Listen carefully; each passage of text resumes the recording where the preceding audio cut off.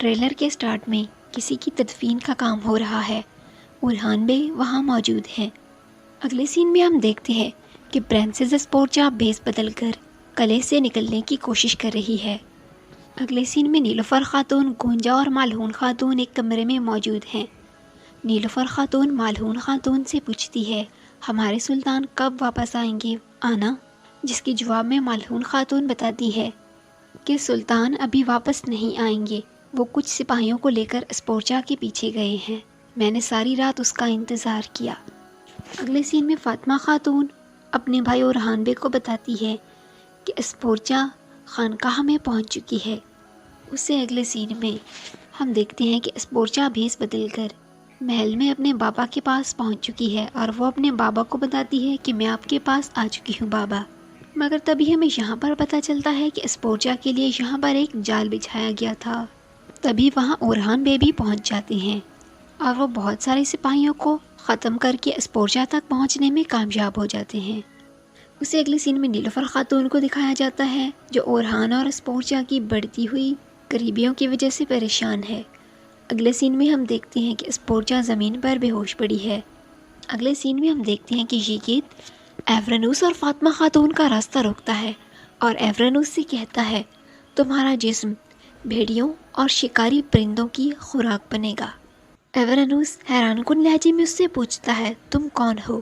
تب یگیت اپنے چہرے سے چادر کو ہٹا لیتا ہے۔ فاطمہ یہ دیکھ کر حیران رہ جاتی ہے اور کہتی ہے یگیت۔ اگلے سین میں ہم دیکھتے ہیں کہ نیلوفر خاتون پریشان کھڑی ہے۔ گونجا خاتون نیلوفر خاتون سے کہتی ہے ایسا لگتا ہے کہ اسپورچا نے صرف ہمارے سلطان سے شادی ہی نہیں کی بلکہ اس کا دل بھی جیت لیا ہے، جس کے بعد نیلوفر خاتون روتے ہوئے نظر آتی ہے اور کہتی ہے جنگ تو جنگ سہی۔ اگلے سین میں پھر سے ایورانوس، یگیت اور فاطمہ خاتون کا سین دکھایا جاتا ہے۔ یگیت ایورانوس پر تیل کی بوتل چھڑک دیتا ہے اور پھر کہتا ہے اب میں اسے زندہ جلا دوں گا۔ فاطمہ خاتون کی گردن پر سپاہیوں نے تلواریں رکھی ہوتی ہیں۔ فاطمہ خاتون زور زور سے چلا رہی ہوتی ہیں جبکہ ایورانوس کے اوپر ایک جال ڈالا جا چکا ہوتا ہے۔ تبھی یگیت ایک مشال کی آگ جلاتا ہے اور ایورانوس کی طرف بڑھتا ہے۔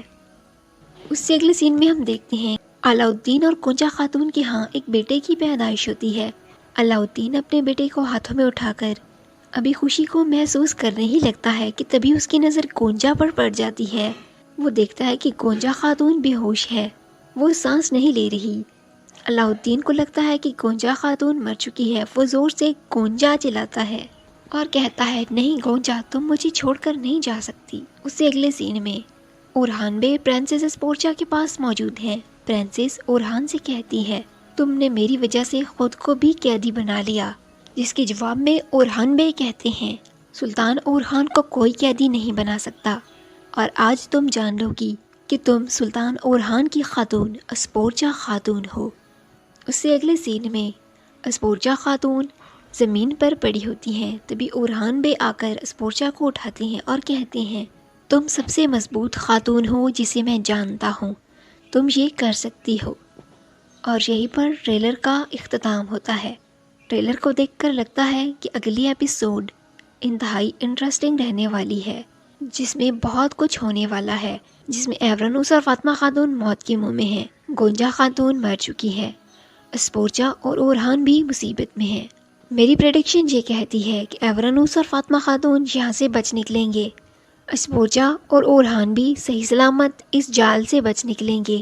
جہاں تک بات ہے گونجا خاتون کی، تو اس کے بارے میں میری پریڈکشن 50-50 ہے، کیونکہ بچے کی پیدائش کے بعد اب گونجا خاتون کا ڈرامے میں کوئی خاص رول نہیں بچتا، تو ہو سکتا ہے گونجا خاتون کو ڈرامہ سے نکال دیا جائے، یعنی واقعی میں ان کی وفات ہو جائے۔ لیکن یہ بات بھی کنفرم نہیں ہے کیونکہ گونجا خاتون کی ڈرامہ سے ایجیکشن کا کوئی آفیشیل اناؤنسمنٹ نہیں کیا گیا، اور ٹریلر کے پہلے سین میں جو قبر دکھائی گئی وہ اورہان بے کی ہوگی۔ باقی آپ لوگوں کا آج کا ٹریلر کیسا لگا ہے کمنٹ سیکشن میں ضرور بتائیے گا۔